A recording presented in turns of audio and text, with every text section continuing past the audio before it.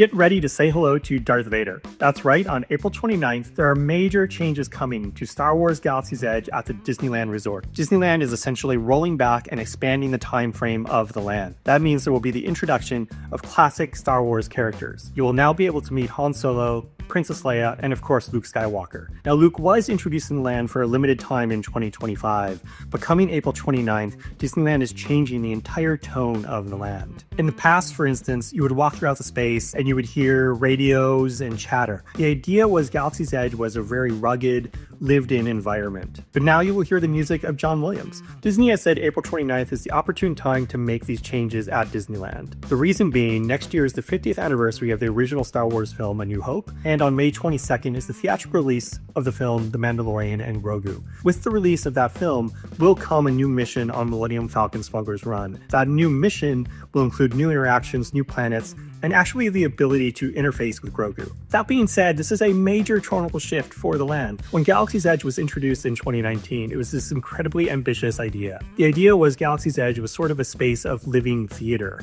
You would enter a place that was supposed to be designed at a very meticulous point in the Star Wars timeline. It existed between episodes 8 and 9, and the idea was you as a guest would come and take on a role. As you interacted with characters, they tried to suss out your allegiance. It was a shift from sort of, the traditional meet and greets where you stand in line and take a photo. The characters would walk around the space as if they lived in the space. Now, Disney Live Entertainment says that won't change. There will still be these playful interactions. And now you can think of Galaxy's Edge as more of a greatest hits of the Star Wars franchise. The character of Rey, for instance, will still appear in Galaxy's Edge, although she will now be stationed over by Star Wars Rise of the Resistance, that sort of forest area that belongs to the Resistance. So what do you think? Are you happy to finally have Darth Vader and Han Solo and Princess Leia in Galaxy's Edge? Or do you kind of miss the idea that this would be a place of living theater, that it existed at a snapshot or a specific moment in time in the Star Wars franchise? Let us know in the comments, and thank you for watching, and read more at latimes.com.